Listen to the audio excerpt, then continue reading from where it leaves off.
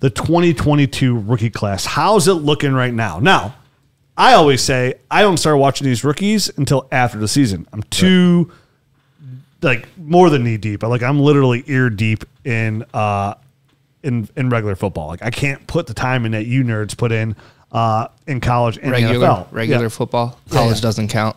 It's not regular. College Pretend count. football. It doesn't count until they're ready to come to the NFL. That's the only time I'll give them the time of day, unless they play for Ohio State. Well, we got a couple Ohio State guys to talk about. Yeah. So obviously we're our lead we have the nerd score at DynastyNerds.com. Garrett, you want to explain to the peeps what the nerd score is? Yeah, the nerd score is basically we take a few different rankers that are going to spend a stupid amount of time watching film. And when we say stupid amount of time, we're talking at very, very, very minimum, like 4 or 5 games. But most of these guys, we're talking 7, 8, 9 games that we're watching every single play, breaking it down. And then we go in and we rank all of these different attributes on a scale of 1 to 10. And we even use half-point increments. So it could be like an 8.5 or different things like that. And then it comes up with basically what is a tape score, or we call it our nerd score. And then we average all of those guys together and we get our final nerd score. So I have my individual ones, Jared has his individual ones, and sometimes we'll share our individual scores. Each attribute has its own weight to it too. Which one of you guys is the Russian judge giving 6s? Well, don't trust Garrett with his jump ball. Ability. It was contested catch. It wasn't. That's why we have more than one person doing it. So remember, before Justin Jefferson even came into the NFL, this guy I gave him an 8, which is really high. Was ranking down on Justin Jefferson's contested catch, and we were like, dude, Justin Jefferson. Do you realize the player now that I had higher than him? Because there was only like 3 or 4, and one of them was Michael Pittman Jr. Man, were we right on Justin Jefferson? Yeah. Woo! Contested catch. We were so wrong on Russian judge Garrett Price. Hey, dude, I think it's go. A lot of people try to trade. People called the Jets about Denzel Mims today, and they told him hard no. Which is so weird. So weird. Then use him. Yeah, take the shackles off his ankles, you prisoners. Jets are a dumpster fire. No, prisoners. Not you prisoners. You who keeps people in jail prison? Guards. Jailers. I think it's important to note, Garrett, we do the nerd score prior to the NFL draft so that there's no draft capital bias in our scores. Exactly, because we want to say just solely based on the tape and the tape alone, this is where we have. So these aren't necessarily our rankings because we might rank things slightly different based on the draft, based on injury history, based on, certain narratives about players, off the field stuff or whatever. So it's not necessarily our final rankings, but what we've come to find over the past few years is most of the time it would have been just as good, if not better, just to stick with the tape grades only. Yeah. We had a few misses, and that's going to happen. Yeah. You're not going to hit, about 1,000. Austin Watkins. Yeah, I still love Austin Watkins. I know. Darn broken it's foot. A shame. I think he got picked up. Did he? Yeah. Hopefully that walking the streets. He's on a practice squad. But so yeah, we're not going to get everything perfect, obviously, but it is a good tool to say, okay, before the draft, before so-and-so went to Cincinnati and so went to Miami and so, this is what we thought of these players. So that's kind of how that happens. But even before we get to that point, we're already looking at Devy guys. We're going through all of these different names. And so we wanted to kind of give you guys just a 40,000 foot view, 10,000 foot view, whatever it is, the very high view of what this class looks like, some of the names to keep in mind, how it compares to past classes, future classes. We're not going to spend a ton of time, but at the trade deadline, I even had somebody message me this week about this, asking, I don't really know what to do at the deadline. I don't know exactly how to compare some of these classes. This will hopefully give you a good idea of how to do that. Yeah, a little preview of the 2022 class. And remember, the Nerd Score is available at DynastyNerds.com for a nerd. Remember, it's a little perk. This will be the year 3 of us doing the Nerd Score as well. Yep. So we're starting to get a little bit of a log of proof of why it works. Yeah. And so far, what we've seen after 2 years is it's working. Absolutely. This is strictly tape, and we will be adding an analytics-based score here soon too. So we'll have best of both worlds. Yep. And where we do watch the tape is in the Nerd Herd Prospect Film Room, which is available to Nerd Herd subscribers too. Yeah, we have all the film on the rookies. Everything for every game is broken down. You can watch the entire player's game in 5 minutes on DynastyNerds.com. So you can watch all these rookies every single game they do and break these down for yourself. And that thing's just growing weekly. I mean, Oh, It yeah. is. So much film. Yep. So much film. So, obviously, to lead the way here is going to be our producer, Jared Wackerly, who's one of our lead Debbie guys, and Garrett Price. So, I'll let you guys kind of take it from here, and then Matt and I will just chime in if we need to, because you guys got all the answers, and I just have questions. Rich and I are just going to thumb wrestle over here. And you got a big thumb, dude. Jared, I know you and I were even talking yesterday specifically about this quarterback class, but give me your overview right now of what you think about the 22 class. We have a list here, and this is just preliminary of. We ended up with the top 6. We couldn't agree on a top 5. But 6 guys that are probably the most interesting: Sam Howell, Malik Willis, Matt Corral, Desmond Ridder, Carson Strong, Kenny Pickett. Don't hold us to that order. That's going to change 16 times as we dig into the tape a little bit more. But Jared, thoughts overall on the quarterback class and maybe some specific players? So this year, coming into the season, a lot of people had Spencer Rattler as QB1 for Oklahoma. Not me. But he has lost his starting quarterback job at Oklahoma. So it's assumed that he's probably going to be transferring. So we kind of just take him out of this class completely. But this year we don't really have a guy or guys that are like the guy you've been waiting for that's going to come out and be that quarterback. So mock drafts are all over the place with who's going to be the first quarterback taken, where they're going to be taken. And it's kind of a wash. So right now I think Malik Willis from Liberty is probably going to be the first quarterback off the board. He offers that running back at the quarterback position that we all covet in fantasy football, and he's got a live arm. He's probably got the best arm in the class, personally. Arm strength. And he's accurate. He's a good quarterback. He is. He's turned the ball over a surprising amount, though, compared to his level of competition. Yeah, last 3 weeks, I think he has 7 turnover-worthy plays, according to PFF. But he's just going to give you that rushing floor that you love, and I think those tools are super hard to find. So I think he's going to be an early first-round pick. So we love first-round picks. We do. Yeah. Would you say for this class, from a Superflex standpoint, is this the weakest quarterback class we've seen in some time?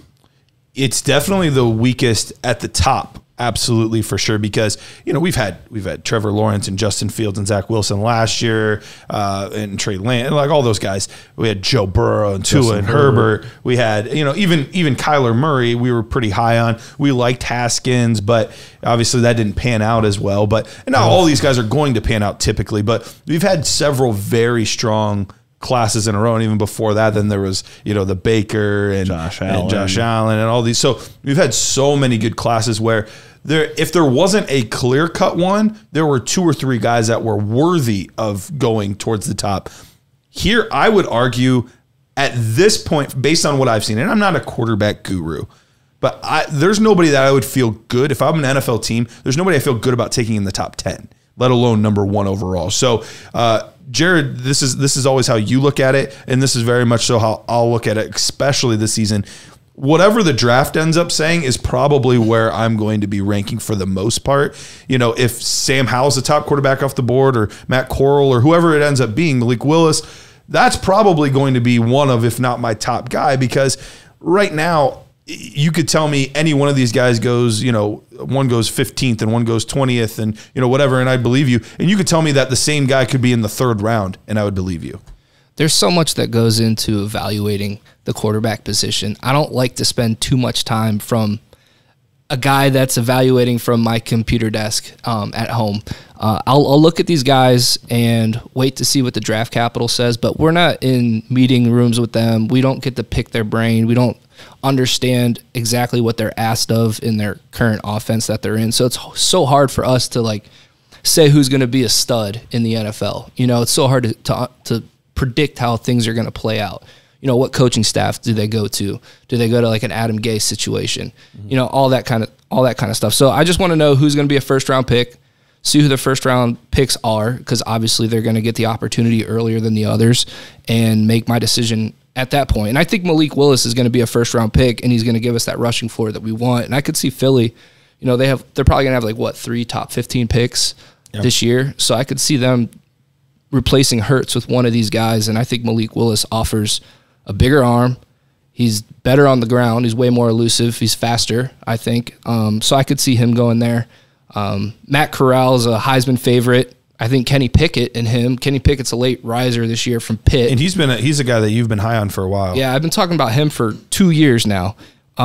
He's had like a Joe Burrow-like ascension this year. I was actually just looking at his numbers because I knew that you were going to come to him because I remember you talking about him a bit, and he's already doubled his output from the touchdowns, and he's had a big jump in his completion percentage from 61 to 69. So he does look like a guy that's real, and his interceptions have dropped. You know, he had 9 last year. He's only has 3 throughout the year. So he is a guy that looks like he has taken a nice step here in his senior year, and you know, who knows where that could, you know, end up when the whole process starts and all that. You know, does he you know, go to the Senior Bowl if he's at the Senior Bowl? Does he ball out there? He's a Senior Bowl guy for sure. Yeah, so he does feel like a Senior Bowl guy coming on kind of late. So he's like what people are calling super seniors now. He's a 5th-year senior. So he decided to stay in school last year. I think he had like a day 3 grade that's reported that was given to him. So he decided to come back, and yeah, he's definitely improved his draft stock. He's killing it at Pitt this year. Let's move on, because as much fun as it is to talk about quarterbacks, didn't get to talk about Carson Strong or argue about Ritter. I do love Ritter. He reminds me, I don't know if this is a good thing or a bad thing. I mean, it's a recent former first round quarterback, but people don't love the kid. He reminds me a lot of Jordan Love. Okay. He's a really good athlete, pretty strong arm, but definitely struggles with accuracy. I like the Kaepernick. I like to comp him to Kaepernick a little bit. Similar type of player. Similar, like, not as accurate, not as consistent throwing the ball, but really good athlete, like you said. Yeah, and he's been winning a lot of big games. They're undefeated. They went toe-to-toe with Georgia last year in the bowl game.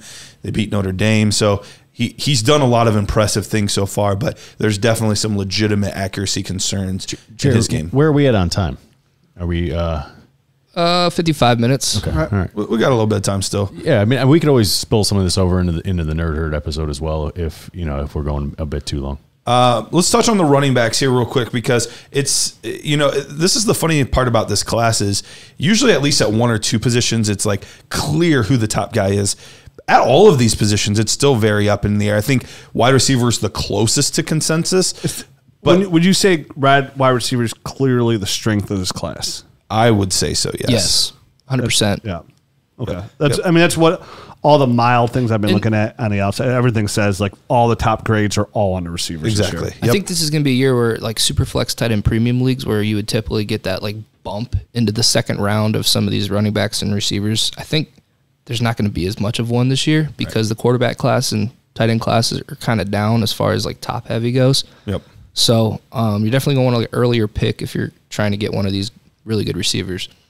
So the 5 names that we have down that are the most interesting right now, Isaiah Spiller, Kenneth Walker, who another guy that you were really high on, Jared, and he's had an unbelievable season for Michigan State. He might even be the favorite for the Heisman at this point, despite being a running back. Breece Hall out of Iowa State, Zamir White out of Georgia, and then Zach Charbonnet, who was a Michigan player, transferred to UCLA and has played infinitely better out on the West Coast there. So any thoughts on these 5 players? I'll give you my ranks of them real quick. Yeah. We don't have to go into too much detail on these guys. Right now, dude, I got Charbonnet as RB1. Okay. Right now. Then I got Spiller, Kenneth Walker, then Breece Hall, and then if I have to rank Zamir White 5th here, I will. Who's running back out of Cincinnati? He's looking good. Jerome Ford. Yeah, Jerome Ford. And he'd be right on the fringe here. He might even be 5 for me. Okay. Yeah, I mean, so do you think these 5 or these 6 we throw in Ford here, do you think in the right situation these guys offer fantasy football upside? Where would you put this running back class? Like, and if I had to say on a scale of 1 through 10, right? Obviously 10 being the best class of all time, 1 being the worst class of all time. Where would you 2 rank this running back class? Go enter in week 9 of the NFL season. 3. 3? That's bad. Yeah, I would say probably like 5. So you think it's an average class? Yeah. I think all 5 of these guys could carry an NFL workload. I don't think any one of these guys are first-round players. Neither do I. Right? No. Okay, we don't so have we a agree first-round on that. running back. It's even harder to do in today's NFL anyway. For sure, but Right. we had 2 this past year. I mean, we had ETN and Najee. Yeah, but Najee was a home run anyways. Sure. So And Javonte was right on the fringe there. He was, the 4th or 5th guy in. So in this day and age, you're looking at, can he be a 2nd-round pick? Can he be a 3rd-round pick? Like, that's where the juice is. I think we got a lot of 3rd-round picks right here. I think this is a mostly 3rd-round picks. And that's the thing, like, we didn't necessarily consider last year a strong running back class, I would easily have all three of those top guys ahead of these guys. Like, and it's not that close. Okay, here's the guy. Where would Michael Carter fit into here?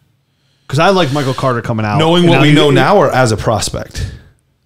I think we got to do it as a prospect. As a prospect. Because I like Michael Carter's film. I thought he was pretty solid. I liked him a lot. I think I had him at 6. Okay. I had Kenneth Gainwell was my 4th. Okay. I would like 4 of these guys more than Michael Carter as a prospect. I think it would be... It's a good spot. And there's some good opportunity this year to go out there and get on some teams. Miami's going to be looking for a running back. Houston's going to be looking for a running back. There's going to be teams out there this year looking for an opportunity to get one of these guys. So one of these guys has potential to be being this year's 1-1 an opportunity when they end up in Miami, they end up in Houston. I know Jared's not quite as high on Zamir White as I am. Zamir White was the top running back in his class when he came out, but he had some knee injuries. 2 ACL surgeries. Yep. So back coming in, and so those first 2 years were all jacked up, but he's gotten progressively better and more explosive. But he has that prototypical size that you want to see. He's a Georgia running back. He's been coached up well. He actually reminds me, if you take away the top end speed, there are shades of Nick Chubb style playing where he's just a physical downhill. He's going to make smart decisions kind of player, but I don't think he's got the explosiveness that Nick Chubb type has. But remember, that's what we were worried about Nick Chubb too. Like when he was coming out because of his ACL injury, and he was a year removed. Like, dude, I just don't know if he has the explosiveness to get to the outside edge there. I remember specifically talking about Nick Chubb, like going, man, he's a really fine running back. Loved him before the injury, but like, can he get? Like, does he have the speed to get outside edge? And now look at him, literally one of the most elite running backs in the NFL today. So you got to be careful. You know, Frank Gore, 2 ACL injuries before he came into pros, healthy for literally since the dinosaurs were roaming the earth. It's still out there today. Look what he did for the Chiefs. Yeah, but I think best case scenario, we're looking at a mid-second for any of these guys. Yeah. That's good though. That's really good though. Like we said, there's no generational type guy, but I think there's a bunch of 2 to 3 year window guys that we like to talk about. I did like Zamir White when we looked into him last year, because wasn't there a point when he was? We thought he might come out, especially with it being a weaker running back class depth wise. Right. But I will say there might be a hair more depth in this class than there was in last year's class. Yeah, I think there's some guys we're leaving off, like Kyron Williams, Jerome Ford. Yep. They're all solid players. So I do think there's more potential depth where we'll see more 2nd, 3rd, 4th round picks overall. And remember, it's about opportunity. I mean, look at how many teams could draft a running back in the 2nd and 3rd round next year. Buffalo easily. Yep. New England, Miami, not Tennessee, not Jacksonville, Houston. Tennessee might be looking for somebody. I mean, at this point, I know, but he still wouldn't be like to the point where he's high draftable. Houston is 4. Atlanta probably. Atlanta. I'm not that far yet. Sorry. Philly potentially would be 5. They're potentially getting somebody. Trying to beat you. Chicago, maybe Detroit. No. Tampa Bay could be 6. Mm-hmm. Not Carolina. Atlanta 7. Arizona 8. And the Rams 9. Potentially with Akers. We'll see how it comes together. And that, maybe Seattle. So they don't have a draft pick. Oh, definitely Seattle because 8 years from now. But Carson, you're right. Rams. With Carson's injuries and stuff in his neck and how things have gone. So that's 9 potential spots to get your juices flowing on these running backs. Just to give you a little heads up when it comes to this 22. Because, I mean, the thing out there right now is like, 23, 23, 23, 23. But, like, some of these running backs who, like you said, it's about a 5. You gave it a 3. I just don't think it's an average class. I think it's a below average class. I know, but it's just about opportunity. So that could skyrocket a little bit. We're running out of time here, so let's hit on some of these receivers real quick, and we'll be real thin on the tight ends. Tight end is not an exciting class overall. Watermeyer and Billingsley have the most upside. Trey McBride, I guess, is an honorable mention we didn't have on here. Jimmy Ruckert's looked good at his time at Ohio State, and I use a lot, but he's looked good. We'll say Grant Calcaterra. He was considered like the tight end 1 of this class for a long time. Had a lot of concussion issues. Left OU, took a year off. Now he's back at SMU, and he's looked good. He's played well. But the wide receiver position, if this is probably the closest position to having a consensus, I think probably 8 out of 10, 9 out of 10 would tell you Treylan Burke is probably the top prospect in this class. Dude, there's there's a few dogs that I want to have. Yep. Burks looks really good. Garrett Wilson looks really good. Yeah. Olave looks really good. So Drake London is my wide receiver 2 from USC, and he actually just fractured his ankle, so he's out for the rest of the year this past weekend. So that'll be interesting to see. You know, it's always tough when guys have those injuries like that. Do they end up coming out? Do they end up going back to school? That's going to be a tough one to see. Another guy that should probably be on this list, but he's missing the entire season due to an ACL injury, George Pickens. There was arguments as far as like physicality and, you know, the ability to make plays. He could have been the top wide receiver in this class. Like an AJ Green type guy. Exactly. And maybe even more physical than AJ Green. And, you know, he could have been up there as well. Ross from Clemson. Justin Ross. You know, great rookie year, really solid sophomore campaign. Then all of that stuff came out with his this health. Receiver classes, as the college football season has gone on, it's definitely just keeps improving. Yes. So the hard part for a lot of us Dynasty players is if for most teams, that's probably our strength because we've had so many good rookie wide receiver classes in a row that it's like, I'm excited about the opportunity to get more good young receivers, but chances are that's probably not what your team needs. That's where the value. Throw me a freaking bone here with a running back, please. Yes. So that's the tricky part, but absolutely lots. I mean, even David Bell, not the most athletic player, but just a really, really solid receiver, was a great compliment to Rondale Moore because just you're more like a Keenan Allen type of guy, possession, move the chains. He's produced since his true freshman year. Really good route runner, 6'2", Really good route 205, can be like an alpha. Assuming George Pickens comes out, Jared, give me your top 5 receivers in order. Okay, so I got Treylan Burks as wide receiver 1. I have Treylan Burke, 6'3", 225, super fast, probably gonna run a 4.3. Yeah, and insane ball skills. But the weird thing with him is he runs like 90% of his routes from the slot. Yeah. And I think that's more of a product of Arkansas not having good quarterbacks. I think he's had 4 or 5 different quarterbacks, and they're just trying to find ways to get him the ball. They line up as running back. He makes big time plays. He's like a bigger Laviska Shenault. Yeah, big time plays. He looks. His hands are humongous. I mean, he's one of those. He's just a freak. Yeah. So he's a guy that's gonna get picked early, and you want to have and just take that shot on a guy like that. You think right now the clear consensus 1-1 for the 2022 rookie class? It's tough to say right now. But if I had to pick that two, I would take. Yes. Treylan Burks. Okay. And Drake London would be on wide receiver 2. He's 6'5", 210. Former basketball player. Played on USC's basketball team for 2 years. Kind of like a Mike Evans type guy. Ray Garvin comps him to Brandon Marshall. He's probably going to win the Biletnikoff this year if he didn't get hurt. He's a beast. So those are guys that are like just guys you don't come around very often. And then I would have Garrett Wilson from Ohio State, David Bell, and then probably Chris Olave right now. That's a solid top 5. Yeah. That's a solid top 5. Just flip so Pickens is out of your top 5. Yeah, for right now, he is. He was really raw still. He was still raw. Flip London and Wilson at 2 and 3, and it'd basically be the same. But I would, if he comes out, I would consider Pickens at my 5th. But it's just so tough to. You didn't see anything from him this year. You don't know how he recovered from the injury. But if you're talking about a ceiling player, I mean that is a ceiling player. Yeah, Wilson's got really elite ball skills, really good body control, great body control. Yep. I mean He's a playmaker next level. Chris Olave, again, I guess speaking of Ohio State guys, I've been watching their whole career. Yeah, really solid route runner, slot receiver, really good hands. One of those like real solid guys that's kind of come in here, kind of like what Cooper Kupp gives you, right? You know, like come in here and just give you. You can see 10 targets, catch 8 footballs for 98 yards and a touchdown on a week in, week out basis in the right system. So the reason we do this is when you're trading for picks, when you're making moves, like what's there ahead of me.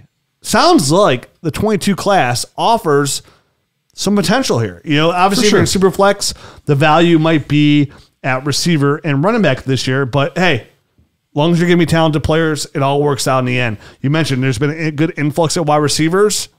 We've seen it now. Teams need receivers. Yep. Even right now, there's never too much. Tennessee's not upset about it being a deep receiver class.